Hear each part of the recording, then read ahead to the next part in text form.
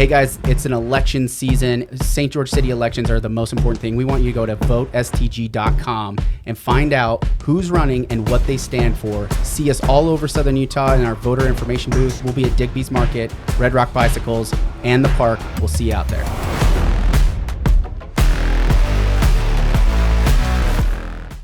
There's no houses for them. There's no rentals, but they exist, and they exist. A lot of times it's the rug gets pulled out, right? It's single mom, single dad, where things fall apart. Right. And now they don't have a whole lot of options. And so can they find, temporary housing or interim housing while they try to piece everything back together and get them up and going? But then there's the young couple that moved here or has gone to school here and wants to stay here because their family's here, and there's nothing for them. They got to move somewhere else, right? Well, what we're seeing increasingly is the older people, and the increasingly older people in the retirement years who all of a sudden find themselves in a very bad financial space. And how do they age in place? Yeah. And remain healthy and have, joy in their existence when they're under that kind of stress. Yeah. So it's interesting because all these parts move together. So what there's a couple other questions that I have. Okay. But I couldn't get Chat GPT up. It's 10 o'clock. Okay. So we're doing pretty good on time. I want to cover some things that you want to cover for sure. Talk about the election coming up, I think a little bit more. Sure. Kind of what the project is that I'm doing. Okay. Because what I really want to do is have a full 25 episode podcast meeting with city leaders, really. So it'd be the city council members right now with St. George, because I know the election's coming up in November, and there's 3 seats. There's 3 seats. Three that will seats be on up the ballot. for re-election. I think it's important because that's a voting majority, right? So it's an important moment in time, I think, for St. George to say, hey, let's everybody get educated on the topics that were important 4 years ago and still are.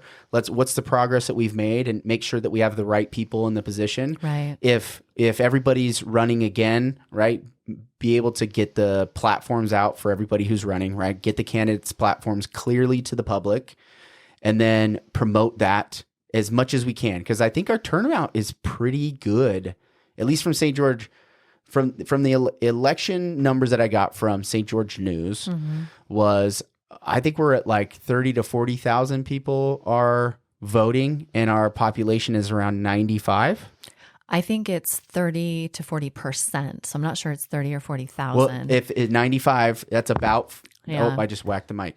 That's about. Yeah, that's about 30 that to would 40%. be about right. Yeah. Yeah. And we could do better.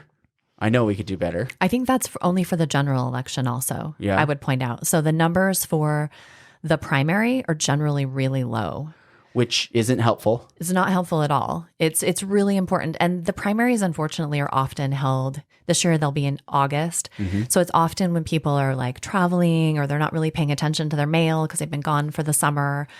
So that's part of our challenge, is like, getting people to know who we are and why we're running during the summertime. Yeah. And so I'm glad you're doing this. It's great. Any way we can get our messages out to people so they can make educated decisions. Yeah. And something I'd like to point out, because I think it's really strange and unusual, and I think it's important for people to know it. Our council right now, every one of us was elected, including our mayor.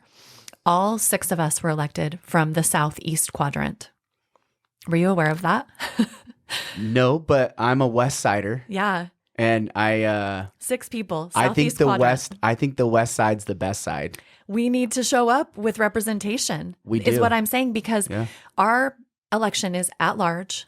So, some cities and governmental entities have, you're elected from a quadrant. We don't have that. Yeah. But we need to have voices and representation. And I'm not saying I'm not trying to throw us under the bus and say we're doing our very best to listen to everybody's voices throughout the entire community. But it matters if you live on the West Side. You see stuff. Because now that I live downtown, I see all the things that happen downtown. I'm always calling and saying, hey, there's a broken sprinkler in town square. We need to fix it ASAP, you know, nice. Because I see it. And I'm not going to see everything that happens out on the west edge of town because I'm not out there every day. And so people can call me from the west side of town, and I will always take their calls, but it's not the same as a representative. I feel like we need to have representatives from all over the community, showing up. And so I just thought that was an interesting fact. Yeah. It says something. I don't know what it says, but it says something. I think a lot of times too, when you look at, I like the west side because it feels like you're on Mars. Yeah. It just like going home. I'm just like the sun's so going beautiful. down, and it's every single day, and you just feel like you're on a different planet. It's gorgeous. Where, in my mind, if I work downtown driving to Little Valley, I'm like, oh, I'm just going out to the fields, right? Like just going out, it doesn't feel as much like I'm on Mars, right? Like you just, I think it's amazing. So that's why I like the west side so much, because it is so beautiful. Yeah. But then it also still has a lot of that small town. Ivins is a small town. Yeah. They're doing a talk about, did you? I came to the last one. You went to that last one? It was excellent. Oh my gosh, it's excellent. Mayor Hart is doing an incredible job engaging the community, I think. I think it's the best thing they could do. We've been working to do that in St. George. We haven't done the talkabouts, but we've been doing the 4 times a year we do out in the park, community open house. You can talk to anybody from any of our departments, all of our leadership's there, elected and administrative. But we need more of that all the time. I love that Mayor Hart's doing that. Well, and I think the idea he's taking, right, because the next talk about, so the first one was water, then the second one was housing and growth, kind of, right? It was kind of a combo.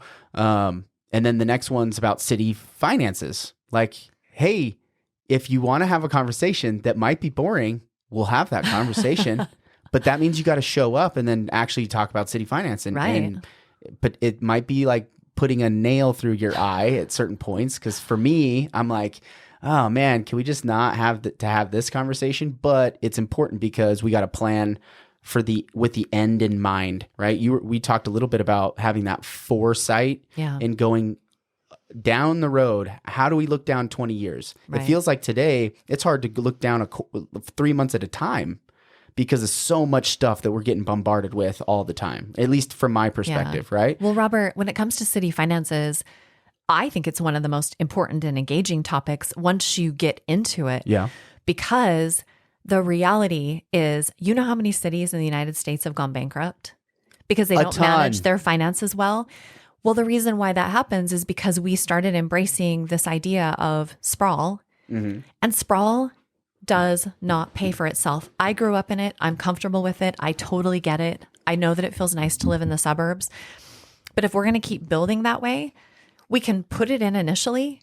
There's no money to cover its upkeep in perpetuity. Like when you single family residences one house on are an a acre, burden on a burden. city. Yes. Single family residences. It just people don't like to hear that. Call a spade a spade. Yes. Is that if you're a government and we live in America's current governmental structure, right?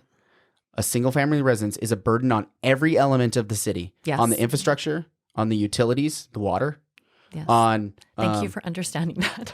on what you're paying in taxes, which when you buy a house, when you buy a home as a primary residence for cash, and then the property taxes, that's essentially all that you're funding towards any government organization, not funding, right? Yes, you're not funding anything. No. Right? On paper, it'll say, oh, you're putting $300 towards the police department, and it doesn't pencil. Yeah, it doesn't get to a point where it pays for itself. No. Right? And the humans that live there, right? Especially if we only have one or two, which it's about, correct me if I'm wrong.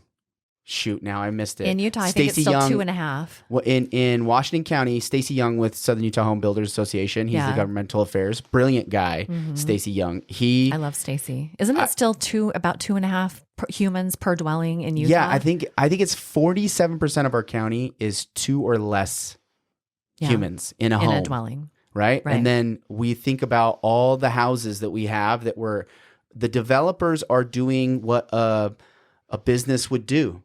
They're giving people what they say they want. Exactly. Right. And so understanding that we can't just say what we want and then that thing isn't going to have a residual impact in 10, 15, 20 years is the way we get ourselves into messes. And we can't say, this is what I want, but I don't want my property taxes to ever increase. But I also don't want tourism. And I also Right. don't want traffic. Right. And I want to be able to drive on the But road I really empty, want to have but I don't something want to to pay do. for the road. I want to have something to do. I want to Will have you? something to do at night. Will you help us have something to do at night? Right. City, government. Yeah. It's just been this continual, and I don't blame people. I don't want to sound like I'm mocking in any way. I feel like it's very complex. It's so hard. But I think when you start talking about city finances, it does help you to understand the reality of what's really being paid for. Do we have savings to pay for upkeep of the things we're putting in Right. perpetuity? If we don't, what things really matter to us? You know, I was in D.C. just a couple weeks ago on the mall, and then I went to New York City. And every time I go to both of those cities, I think, oh my gosh, I feel such gratitude that they, in looking at the long game, decided to preserve this open space. Because you're in this dense city and you think, how sad and cold and dark would this place be if there wasn't open space where people could go and be, you know, near animal life, Walk and their dogs, walk their and dog, throw and frisbees, and all the beautiful stuff, right? See some flowers. Yeah, have corn on a cart, right? Like, yeah, just it's really important. a hot dog on a cart. But can you imagine the pressure that would have been exuded initially? Like, really, you're going to take a chunk of that many acres out of the middle of Manhattan Island Yeah. when we have this small amount of space to build on, and we're trying to make this our economic center? And they took Teddy Roosevelt's statue down. They took his statue down. Did they? And he's one of the sole reasons why there's a park in Manhattan. Well, that And part I'm not educated on. They literally took his, I'm pretty sure, and somebody tell me in the comments if I'm wrong, but I'm pretty sure Teddy Roosevelt, if not was the single driving person, but his statue was in front of the Natural History Museum, which is right Well, I do there across remember the his street. statue there, but I They didn't know took his it statue down. Huh.